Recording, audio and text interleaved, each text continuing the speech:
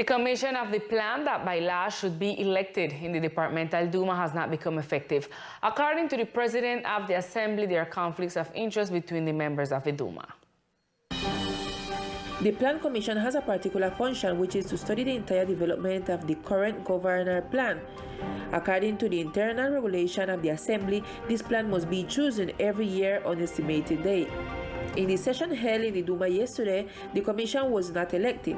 The reasons were stated by the President of the Duma.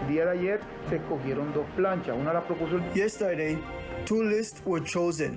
One was proposed by the Deputy Carlos Carvajal, where Dr. Marcela Chagrin, the Honorable Deputy Oswaldo Garcia, who was part of this list, and Dr. Carolina Poas, but the Honorable Deputy Oswaldo Garcia made his own list. Carlos Domingo Gallardo, Escorcio Christopher, and himself. Then a petition was filed because he renounced to the list presented by the Honorable Deputy Carvajal. Here it is necessary to understand that each deputy has a political color and that one understands that. The importance of this commission is focused on the fact that at any time any member of the commission can support the secretaries of the governor's office to clarify any facts. It is expected that tomorrow this election can take place.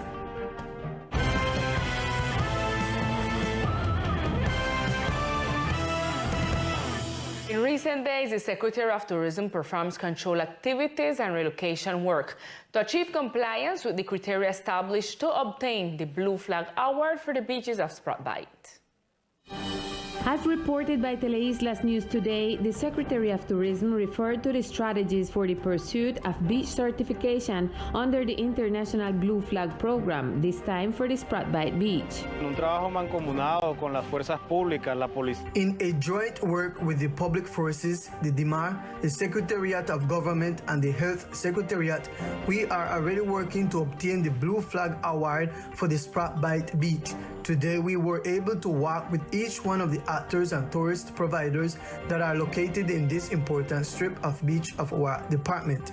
And here we have managed with each one of them to make the requirements that we need in terms of relocation, in terms of quality of service, in terms of health in each one of these points that are being used by tourist providers to improve the conditions. In this way, the Secretariat of Tourism has been working to comply with the 33 established criteria. For the department, it is important to achieve the Blue Flag seal, as this will allow to place and ratify San Andres Island within the international radar of sun and beach destinations, attracting the growing market of tourists who demand sustainability and quality in the destinations as one of the determining selection criteria for their traveling choice.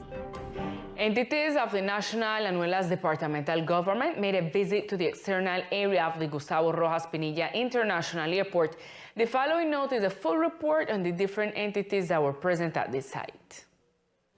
The Mobility Secretariat, the Gustavo Rojas Pinilla Airport Administration, the Civil Aeronautics, the Public Services Secretariat, and the Risk Management Unit conducted an on-site visit to the external perimeter of the airport, which includes streets 30 and 14, with the objective of identifying eventualities that could put the operation of the airport at risk.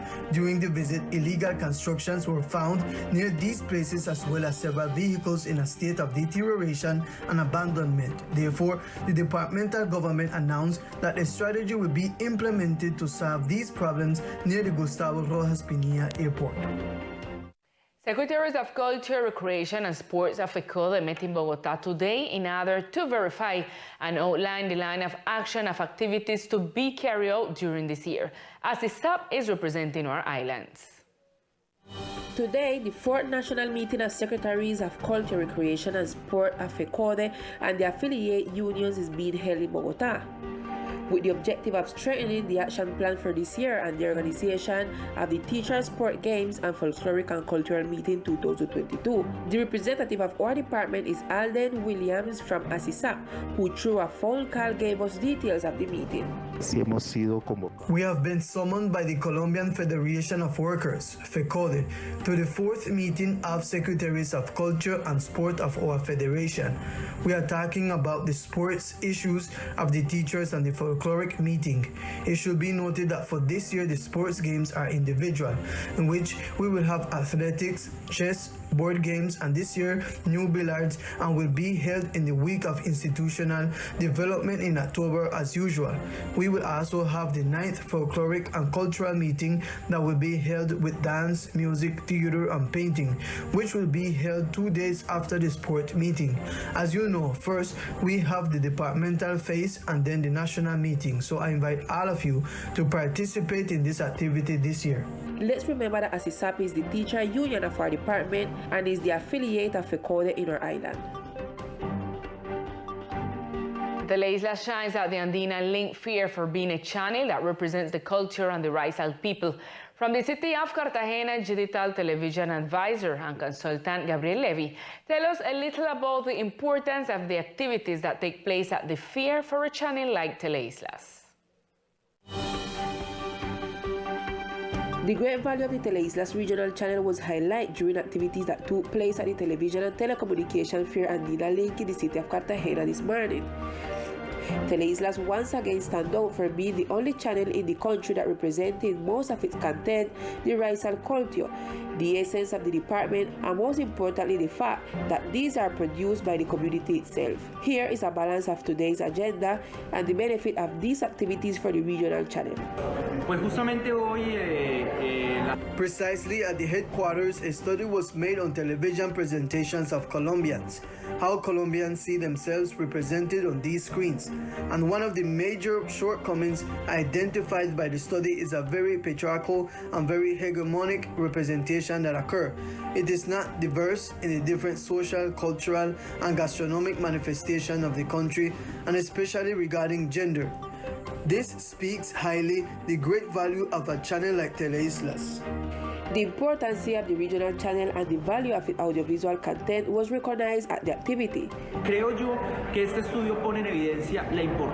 I think this study highlights the importance of a channel like Teleislas, how it contributes significantly to the representation of its people, to the rest of the country and the world. So that's the main conclusion I can draw regarding what happened this morning. The fair began yesterday, March 8, and will end tomorrow, March 10. Teleislas has been present in all the activities developed.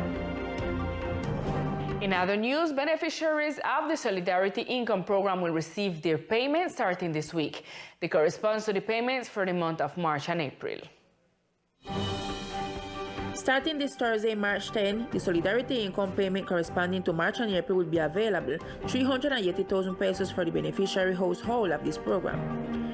Bank household will receive a message from their bank announcing the availability of the transfer for this Thursday, March 10, and unbanked household and new beneficiaries will have the payment available through Superheroes and its network of allies from this Friday, March 11 until March 27. According to data provided by the Office of Social Prosperity in our island, there are 3,700 beneficiaries of this program that had readjustment of 30,000 pesos to the incentive since inflation in our territory has sheltered us.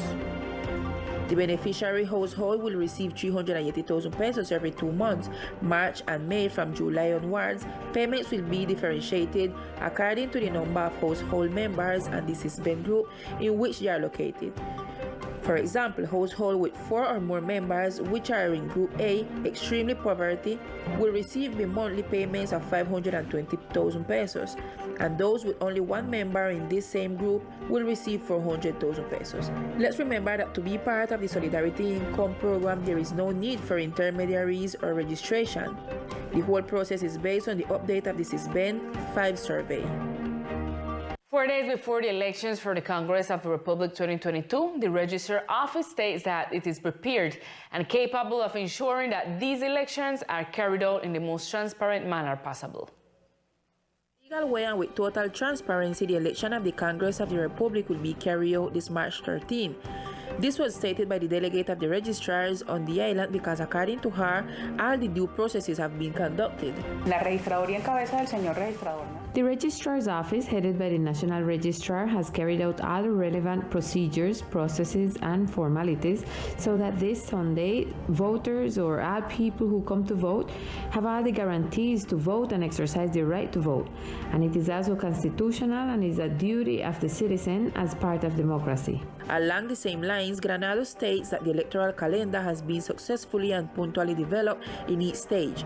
The electoral follow-up committees have been held, where the needs of each polling station have been presented. El 13 de enero.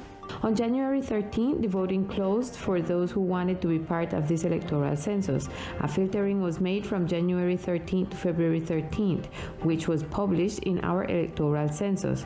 In this electoral census are those persons qualified to exercise the right to vote, so allow me to read it to be clear. We have a potential of women of 26,684, men of 24,701, for a total of 51,385 eligible people to vote. According to the delegate, 2 simulated vote transmission have been executed, in which party members have been included to guarantee transparency in the processes, and these have been successfully developed. And we continue with Millicent O'Neill and the news of the municipality of Old Providence and Santa Catalina.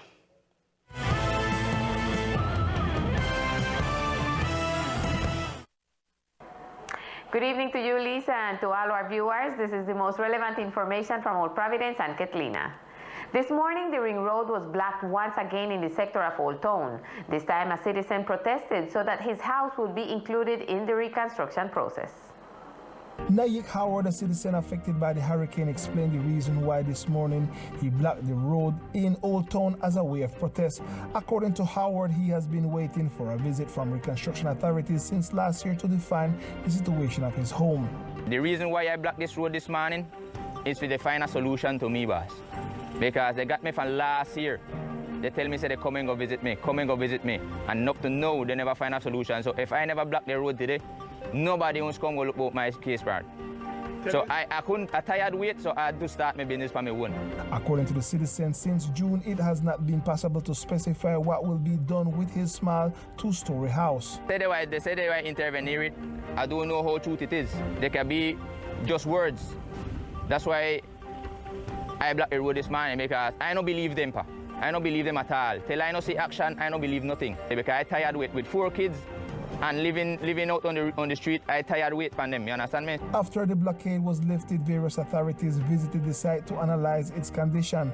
According to an off-camera conversation, visits are being made today to several houses with similar problems. So far this year, the street has been blocked 3 times due to difficulties in the reconstruction process. On the other hand, 2 public works were started today in the Freetown sector with the purpose of protecting the ring road. The National Road Institute in Villa started 2 works in Freetown, the construction of a retaining wall and the reconstruction of a gabion wall. Here, a reinforced concrete wall will be built with a height of approximately 3.6 meters and a length of approximately 70 meters up to that tree down there. The reinforced covering screen will leave 2 meters free so that in the future some type of sidewalk can be built above it. On this other front here, where the railing has fallen, there is an existing wall called a gabion wall. They are stone wrapped in a net, in geo-grid to be exact. This wall is going to be rebuilt there so that they can rehabilitate the walkway and the railing.